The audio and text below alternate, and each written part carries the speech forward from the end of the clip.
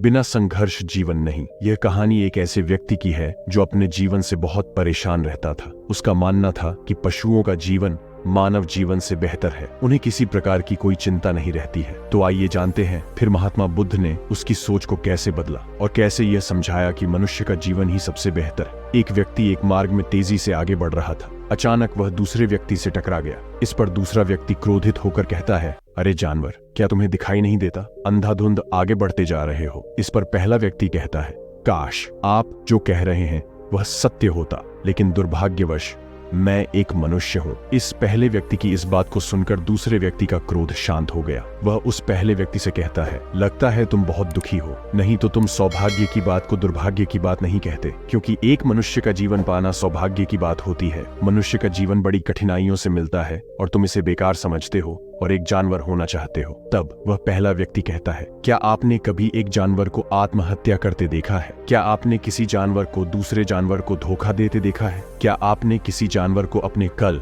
और आज के लिए परेशान होते हुए देखा है? ऐसे में एक मनुष्य का जीवन सौभाग्य की बात कैसे हो सकती है? इससे अच्छा तो जानवरों का जीवन है। हम तो जानवरों से भी बदतर हालात में हैं। वह दूसरा व्यक्ति कहता है, लगता है तुम बहुत दुखी हो, तुम्हारे जीवन में बहुत सारी समस्याएं हैं। यदि ऐसा है तो तुम्हें इसका समाधान महात्मा बुद्ध के पास मिलेगा। तब पहला व्यक्ति कहता है, महात्मा बुद्ध कौन है? कोई साधु है, महात्मा है या कोई आशी मुनि है? अगर इनमें से है तो वो मेरी कोई भी मदद नहीं कर सकते हैं। मैं ऐसे कई लोगों से मिल चुका हूँ और किसी के पास मेरे समस्याओं का कोई हल नहीं है। दूसरा व्यक्ति कहता है, इनमें से वह कोई नहीं है, लेकिन वह क्या है ये तो मैं भी नहीं जानता हूँ। बस इतना पता है कि जो भी उनके पास अपनी समस्याएं लेकर जाता है उसका समाधान बड़ी आसानी से हो जाता है। जो भी उनके पास आता है अपने सारे दुख दर्द उनके पास छोड़कर चला जाता है। उस दूसरे व्यक्ति की बात सुनकर पहले व्यक्ति को लगा उसे महात्मा बुद्ध से मिलना चाहिए। तब वह कहता है, अगर तुम कहते हो तो मैं उनसे भी मिलकर देख लेता हूँ। उनमें ऐसी कौन सी बात है जो वो किसी के भी समस्या का समाधान बड़ी ही सरलता के साथ कर देते हैं? इतना कहकर वह व्यक्ति अगले दिन ही महात्मा बुद्ध से मिलने के लिए निकल गया।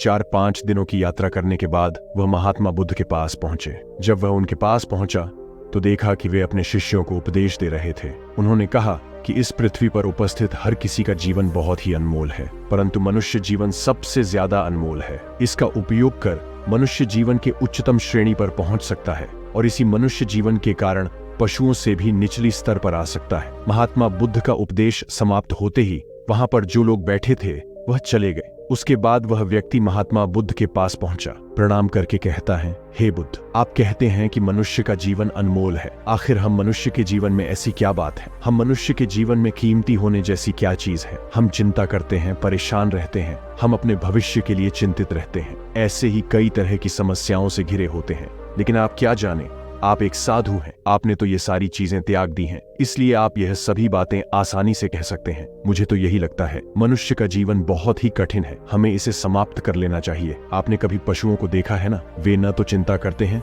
और न ही उन्हें किसी तरह की तकलीफ होती है, न वे किसी परेशानी में रहते हैं। वे अपना जीवन मौज मस्ती से जीते हैं। न उन्हें अपने आज की चिंता होती है और न ही कल की चिंता होती है। उन्हें न ही किसी से धोखा मिलता है और न ही किसी से शिकायत करते हैं। वे बस अपना जीवन जीते हैं। और वहीं दूसरी तरफ मनुष्य ठीक इसके उल्टा अपना जीवन जीता है। मुझे तो यही लगता है कि मनुष्य का जीवन पशुओं के जीवन से भी बदतर है। मनुष्य जीवन एक श्राप है जो हमें मिला है। ऐसे में आपको मनुष्य जीवन में ऐसी क्या विशेषताएं नजर आती हैं जो आप लोगों से झूठ बोलते रहते हैं कि हम मनुष्य का जीवन श्रेष्ठ जीवन है? महात्मा बुद्ध उस व्यक्ति की सारी बातें ध्यानपूर्वक सुन रहे थे और उसकी मनोदशा को समझ रहे थे। आखिर में महात्मा बुद्ध मुस्कुराते हुए उस व्यक्ति से कहते हैं, बालक, तुम अपने जीवन के संघर्षों से भाग रहे हो। यदि तुम संघर्ष करोगे ही नहीं तो जीवन सफल कैसे बनेगा? और जब हम संघर्षों से भागते हैं तो हमारा जीवन दूसरों के अधीन हो जाता है और हमें दूसरों के अनुसार चलना पड़ता है। इसलिए हमें अपने जीवन के लिए संघर्ष तो करना ही पड़ता है। महात्मा बुद्ध के मुख से इस बात को सुनकर वह व्यक्ति अचरज में पड़ गया। तुरंत ही वह महात्मा बुद्ध को प्रणाम किया और उनके चरणों में जा गिरा। उसने कहा, हे बुद्ध, आपको कैसे पता चला कि मैं अपने जीवन में संघर्षों से भाग रहा था? मैं समस्याओं से बचना चाहता हूँ और मेरे जीवन में जब भी कोई समस्या खड़ी होती है तो मैं उसका सामना नहीं कर पाता, बल्कि मैं उसे छोड़कर भाग जाना चाहता हूँ। महात्मा बुद्ध उस व्यक्ति से कहते हैं, तुम्हें लगता है पशु का जीवन हमसे लाख गुना अच्छा है, क्योंकि वह अपना जीवन खुद समाप्त नहीं करते। वे न किसी को धोखा देते हैं, न ही भविष्य की चिंता करते हैं। इसका मतलब यह नहीं है कि उनके जीवन में संघर्ष नहीं है। उनके जीवन में तो जन्म से लेकर मृत्यु तक संघर्ष ही होता है। जब वह छोटे होते हैं तो उन्हें अपनी जान का खतरा होता है। जिससे वो बचते रहते हैं, और जब वे बड़े होते हैं उस समय अपना पेट भरने के लिए संघर्ष करते हैं, चाहे उनके सामने कोई भी क्यों ना हो, उनके सामने कितनी भी कठिन परिस्थितियां क्यों ना हो, लेकिन वे संघर्ष करने से पीछे नहीं हटते। हम मनुष्य छोटे छोटे संघर्ष से डर जाते हैं। अगर हम मनुष्य उन पशुओं की तरह संघर्ष करना सीख जाए तो हमारा जीवन अपने आप सफल हो जाएगा। इतना संघर्ष अगर एक मनुष्य अपने जीवन में कर ले तो जो चाहता है वो हासिल कर सकता है, जबकि इतना संघर्ष करने के बाद भी पशु अपने जीवन में कुछ नहीं कर पाता है। दुनिया का एक बहुत बड़ा सच यह भी है, बिना संघर्ष जीवन नहीं। तब बुद्ध ने कहा, बिना संघर्ष के जीवन चल ही नहीं सकता, चाहे वह राजा हो या भिखारी। सबके जीवन में संघर्ष तो है ही। जो भी इन कठिन परिस्थितियों के खिलाफ संघर्ष नहीं करता, चाहे वह मानव हो या पशु, उसका नष्ट होना तय है। तब उस व्यक्ति ने पूछा, हे बुद्ध, क्या आप मुझे कोई ऐसी चीज दे सकते हैं जिससे मेरे जीवन के सभी संघर्ष हमेशा हमेशा के लिए दूर हो जाएं और मेरा जीवन हमेशा हमेशा के लिए सुखमय बन जाए। उस व्यक्ति की इस बात को सुनकर महात्मा बुद्ध फिर से मुस्कुराने लगे और उस व्यक्ति से कहते हैं, बालक, मैं तुम्हें वो चीज तो नहीं दे सकता, लेकिन मैं तुम्हें वहां तक पहुंचने का मार्ग जरूर बता सकता हूं। यदि तुम वहां तक पहुंचने का संघर्ष कर लो तो तुम वहां तक पहुंच जाओगे और तुम्हें वह चीज भी मिल जाएगी। लेकिन मेरी एक और बात याद रखना, ऐसा नहीं है कि इसके बाद से तुम्हारे जीवन से परेशानियां और समस्याएं खत्म हो जाएंगी। तुम्हारे जीवन में परेशानियां और समस्याएं तो आएगी, परंतु उनका प्रभाव तुम पर बहुत कम हो जाएगा। ऐसी परिस्थिति में कोई तुम्हें कितना भी दुख देने का, धोखा देने का प्रयास क्यों न करे, तुम्हें कभी भी धोखा नहीं मिलेगा। वह व्यक्ति दोनों हाथ जोड़कर कहता है, हे बुद्ध, बताइए वह चीज क्या है और मुझे कहाँ मिलेगी? मैं उस चीज को पाने के लिए कुछ भी कर सकता हूँ। मैं अपनी पूरे तन मन से प्रयास करूंगा, लेकिन उस चीज को हासिल करके ही रहूंगा। महात्मा बुद्ध बोले, सोच लो बालक, एक बार तुमने उस रास्ते पर चलना शुरू कर दिया तो उस पर चलते ही रहना होगा जब तक कि तुम अपनी मंजिल को पा नहीं लेते, और यह रास्ता अत्यंत संघर्षों से भरा होगा। क्या अब भी तुम अपनी मंजिल को पाना चाहते हो? तब वह व्यक्ति कहता है, आप मुझे वह मार्ग बताइए, मैं उस मार्ग पर चलूंगा। मैं अपने अंतिम सांस तक संघर्ष करूंगा और उस चीज को हासिल करके ही दम लूंगा।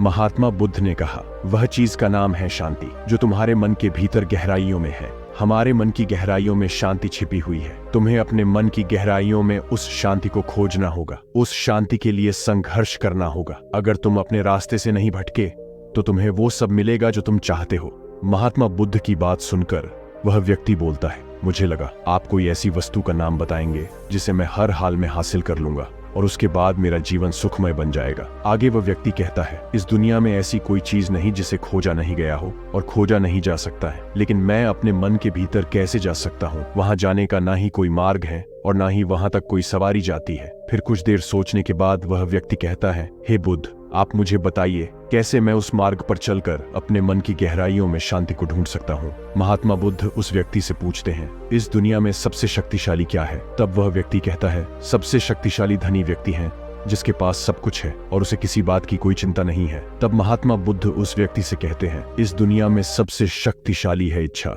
इच्छा ही इस दुनिया को चला रही है। जो कोई भी कार्य कर रहा है वह सब उसकी इच्छा का परिणाम है। एक इच्छा ही है जो किसी भी व्यक्ति को धूल में मिला सकती है, और इच्छा ही वो वस्तु है जो किसी भी व्यक्ति को उसकी मंजिल तक पहुंचा सकती है। इस दुनिया में जो कोई भी आया है, जहां कहीं भी है, जिस भी परिस्थिति में है, वह उसकी इच्छा के अनुसार ही है।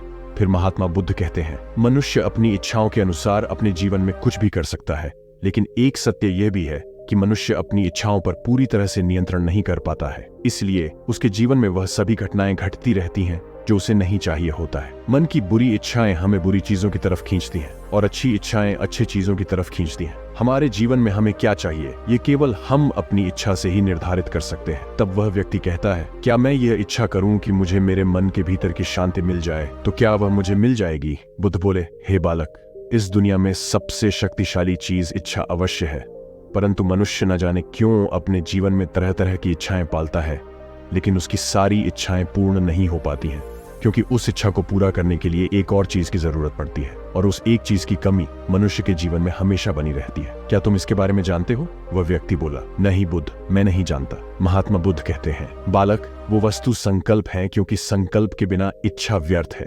संकल्प के बिना तुम कितनी भी बड़ी इच्छा क्यों न कर लो, परंतु वह कभी पूर्ण नहीं हो सकता। संकल्प जितना मजबूत होगा, तुम्हारी इच्छा भी उतनी ही जल्दी पूरी होगी, और संकल्प जितना कमजोर होगा, तुम्हारी इच्छा भी उतनी ही कमजोर होगी। तब वह आदमी बोला, अगर मैं दृढ़ संकल्प लूं तो क्या मुझे शांति मिल जाएगी? तब बुद्ध ने कहा, संकल्प भले ही इच्छा को शक्ति प्रदान करता है, लेकिन इच्छा और दृढ़ संकल्प ले लेने के बाद भी व्यक्ति अपनी मंजिल तक पहुंच नहीं पाता है। वह राह में भटक जाता है और थक हार कर अपने संकल्प को छोड़ देता है। तब बुद्ध कहते हैं, किसी भी मार्ग पर चलने के लिए उस मार्ग का ज्ञान होना जरूरी है, और वह ज्ञान हमें उस मार्ग पर चलकर ही मिल सकता है। जब हम उस मार्ग पर चलते हैं तो छोटी छोटी दिक्कतें, परेशानियां तो आते जाते रहती हैं, और हम उन छोटी छोटी परेशानियां में फंस कर रह जाते हैं और हमारा संकल्प टूट जाता है। हमारी इच्छाएं उन छोटी छोटी समस्याओं के आगे कमजोर पड़ जाती हैं और हम हार मान लेते हैं। हमारा पूरा जीवन उसी समस्याओं के इर्द गिर्द घूमते रह जाता है।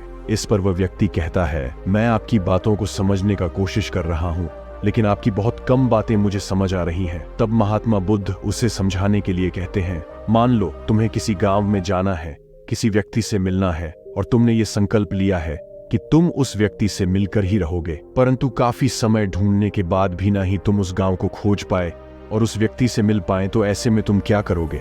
तब व्यक्ति कहता है, हे बुद्ध, ऐसे कैसे हो सकता है कि मैं जीवित हूँ और वह व्यक्ति भी जीवित है, और मुझे गांव पता है, तो मैं किसी भी कीमत पर उस व्यक्ति से मिलकर ही आऊंगा। तब महात्मा बुद्ध बोले, अगर तुम्हें उस व्यक्ति का नाम पता है, गांव का नाम भी पता है, लेकिन तुम्हें यह नहीं पता है कि वह गांव किस दिशा में है, तो ऐसे में तुम कौन सा मार्ग पकड़ोगे? मान लो यदि तुमने किसी विपरीत दिशा को पकड़ लिया, क्या तुम्हें उस गांव तक ले जाएगा वो दिशा, और क्या तुम्हें उस व्यक्ति से मिला पाएगा? तब वह व्यक्ति बोला, ऐसे तो मिलना मुश्किल हो जाएगा। तब मुस्कुराते हुए बुद्ध ने कहा, मैं कब से तुम्हें यही समझाने का प्रयास कर रहा हूँ। हमारे अंदर इच्छा और संकल्प होने के बावजूद सही मार्ग का ज्ञान होना आवश्यक है। शांति को खोजने का मार्ग हमारे भीतर ही होता है। तुम अपने भीतर की शांति को खोजने के लिए ध्यान के मार्ग पर आगे बढ़ो।